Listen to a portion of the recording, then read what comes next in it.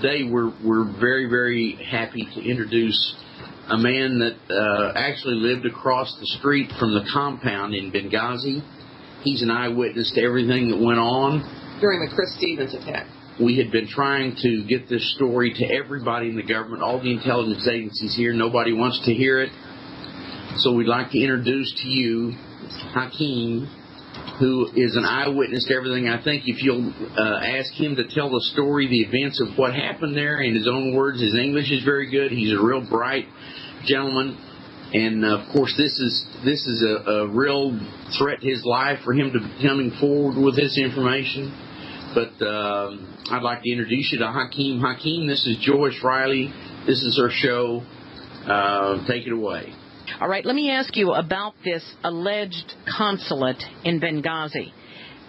We knew in 2011, did you know of a consulate or an embassy? Because my information was that there was only an embassy in Tripoli. Did you know of an embassy in Benghazi? No. Before, you mean before the attack on Chris Stevens? Or? Correct. Before the attack on Chris Stevens. That was 2012. Right. In 2012, yes, we knew. I lived across the street. Okay, so I can see the activities going on. So, all right, but yes, was this an official embassy, or was this some CIA front house? No, it was not an official embassy. It didn't have even an American flag in front of it. Or it didn't even have an American flag in front of it? No. Wow. I can confirm this. Wow, that's incredible. So there's this building there, a house there. I saw a swimming pool in the pictures. I saw them throwing a washer and dryer into the swimming pool, which made no sense to me for an embassy. But this was, what would you call this house there that was in Benghazi? Okay, it was, I think it was a center of operations, because occasionally I saw Americans, operators, what do you call them, agents, American agents, yes, going out from the buildings and driving Libyan cars with Libyan blades. So they were in disguise, They were not clarifying themselves. Okay, there were no U.S. embassy plates on their vehicles then? No, absolutely not. Okay. They were using Libyan plates. Okay, so this was some type of quote-unquote operation. Now, our government here kept calling this Benghazi Embassy or Benghazi Consulate all the time. Even the U.S. representatives and senators called it Benghazi Embassy and lied to us. They knew there was no embassy there. They knew there wasn't, but that made the story better for having Ambassador Chris Stevens there. All right, yes. Now in 2012, why do you think, or what do you know about why Ambassador Stevens was actually in Libya, or in Benghazi? It was weird. I saw the whole thing, and it was until the next day I heard on the news that Chris Stevens died inside, because it was not logical to him to be inside. It was 9/11, and it was clearly a dangerous environment in Benghazi. And before the attack happened, after the first light attack on the embassy, 2 cars came out rushing from inside the embassy, which has American agents on them, They evacuated the embassy, but I don't know why they left Chris Stevens behind. It was illogical to me. All right, let's set the stage for what happened 48 or 72 hours prior to the killing of Ambassador Stevens. Did you notice anything different? Did people report to you anything out of the ordinary or unusual at that house there in Benghazi? Okay, there was nothing unusual, to be honest, but there was some talk of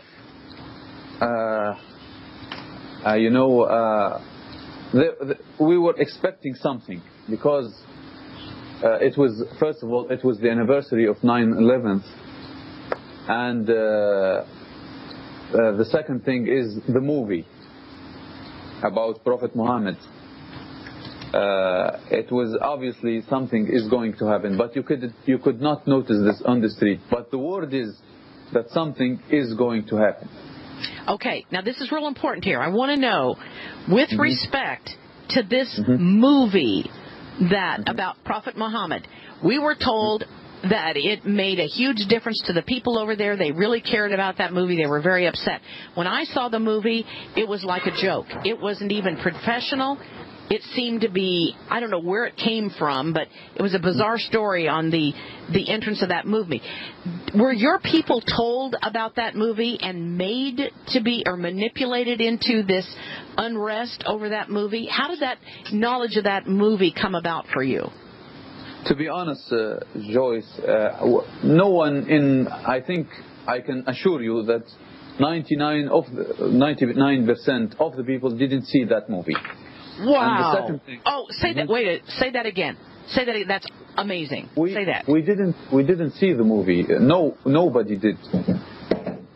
Nobody knew about the movie. 99% of people did not know about that movie that was supposed to be the reason for that whole event. Okay, I'm so glad to hear you clear that up. And I'm just saying 99% to be safe, but I should be saying 100%. Wow. Wow. The second thing is, this was not the first time that a movie of this kind is out. If you can remember, it's not the first time, and it won't be the last time. Correct. All right, now we're going to run out of time here. Bring us up to the event then. Bring us up to 9/11/2012. What happened in Benghazi at that house, which was a head of operations there for, we believe, gun running. I don't know, but what happened at that house? Yes, I was in the supermarket next to my house. They called me from home. My family called me from home, and they told me that something is happening to the American compound. I came rushing. It was only a 1-minute drive or something like that. I came rushing. I saw the consulate already under siege. Okay, by okay, you say consulate. You say consulate. You mean the house was under siege? Yes, the house, because you know in your media they are saying consulate, but right, the alleged compound. Consulate. Let's agree on the term of compound. American compound. American compound. Okay, American compound. So it was American under siege compound. by people on their feet. You know, they were dressing weird, Afghani dress.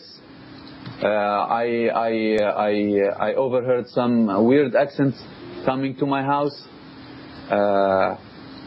and then it was just at first it was just a light attack. They had AK-47s and nothing, no heavy weapons. All right, so you said you heard strange dialects, strange languages being spoke, and you saw Afghani dress? Yeah, not strange languages, strange accents. They were talking accents. Arab, but not with our Libyan accent. Oh, okay, Arab without a Libyan accent, which told you they were not people from Libya. And you said Afghani dress, that people were... Yes, Afghani dress. All of them were wearing Afghani dress. Then what happened from that point on, after you saw there was noise at the American compound? I might have left this.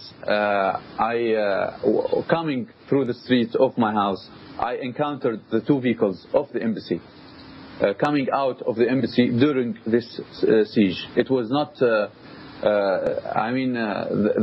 Because the compound had 2 doors, they came from the other door. So they were obviously safe, They came out, and I expected that they evacuated the compound, but they didn't. As later shown.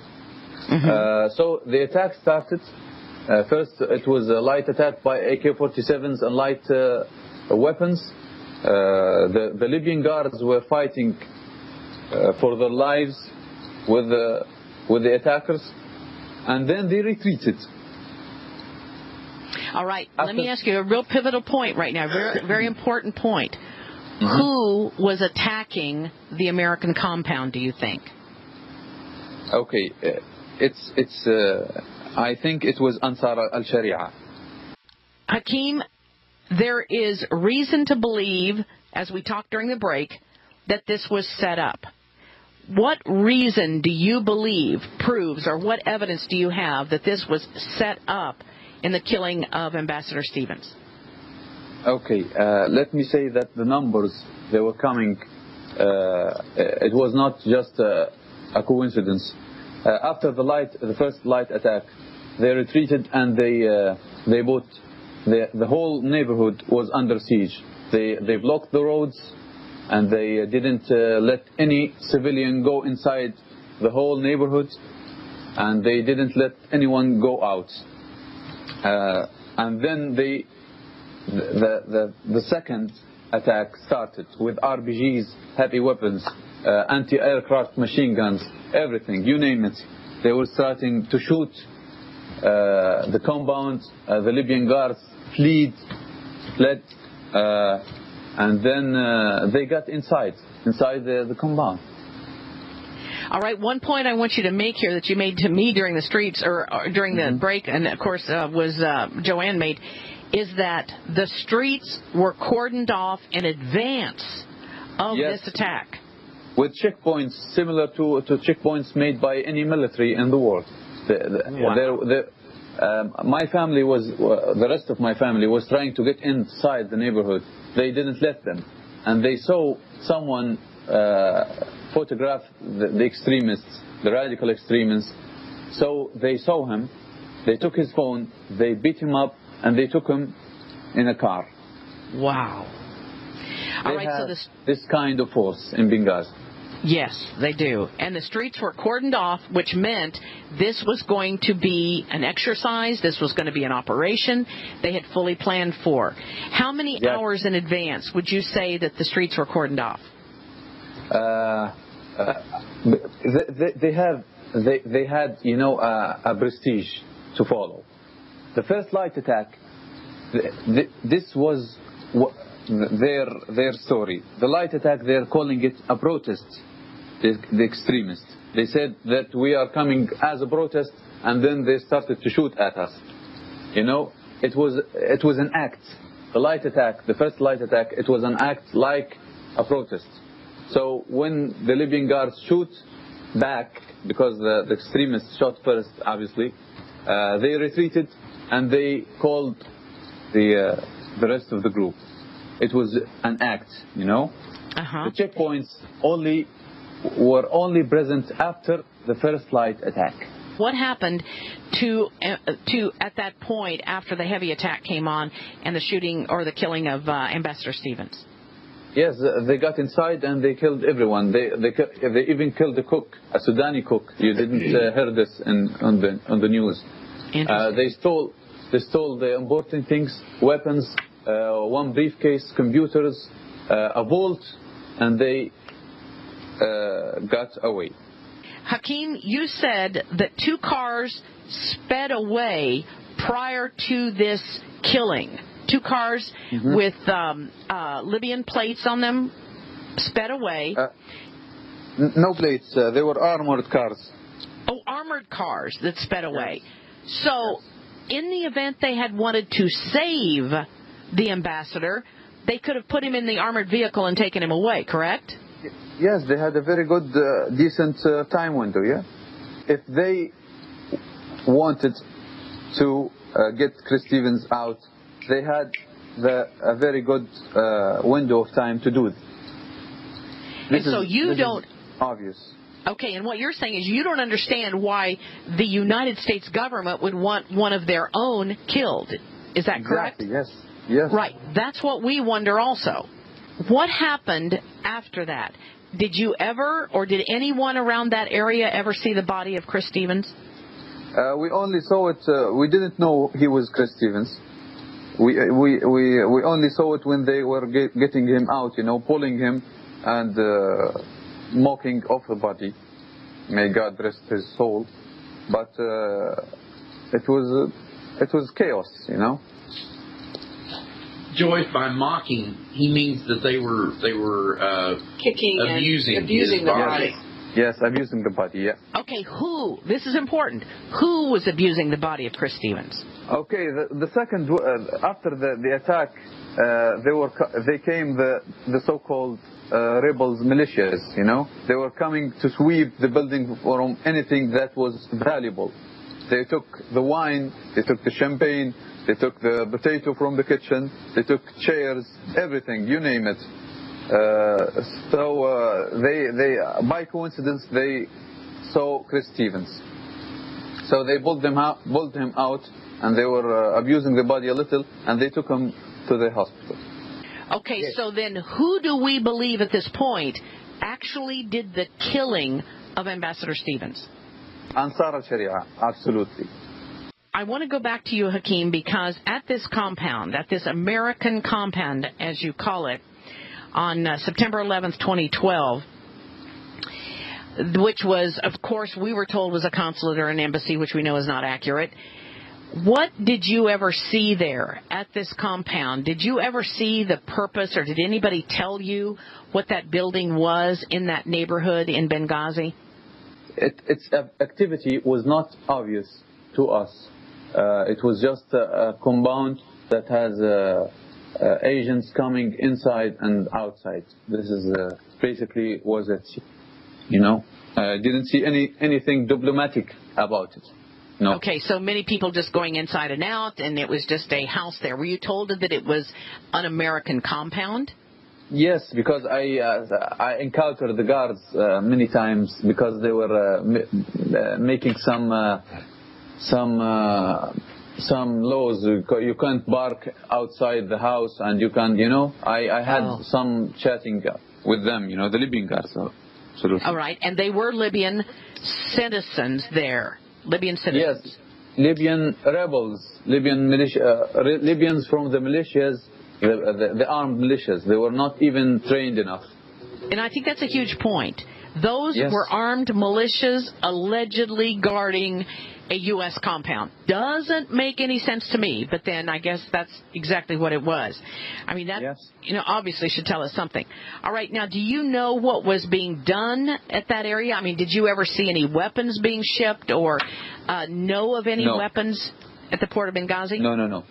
No. Okay. No. In Benghazi, the word was that the Americans were bringing weapons to the armed militias, but I didn't see that with my eyes, Go ahead, JoAnne.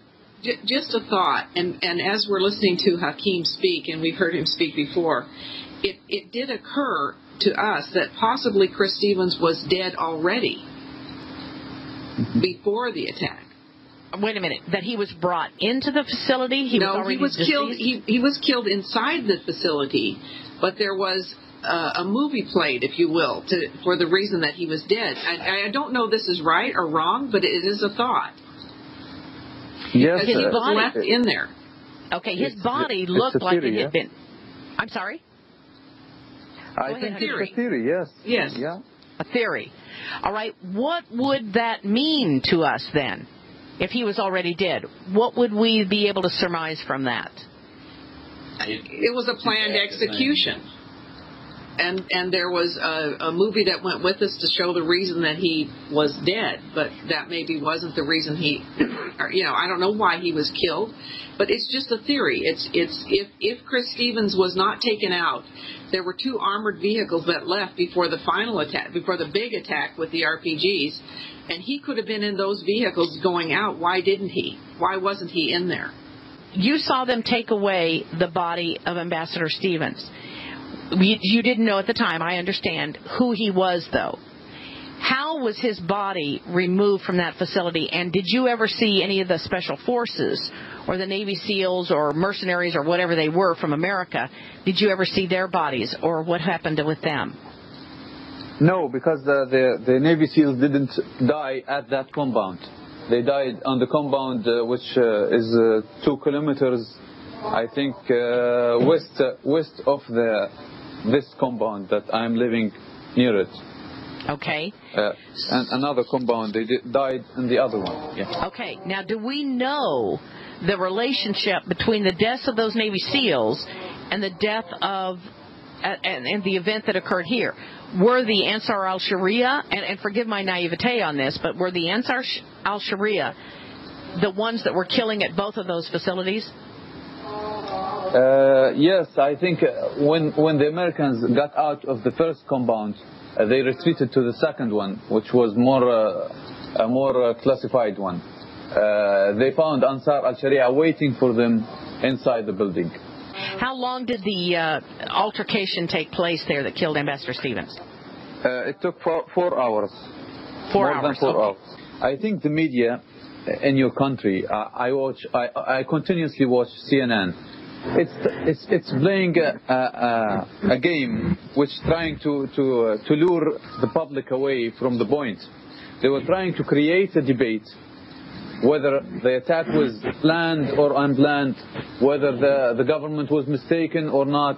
But the truth is that the extremist is your administration's Frankenstein, if you know what I mean.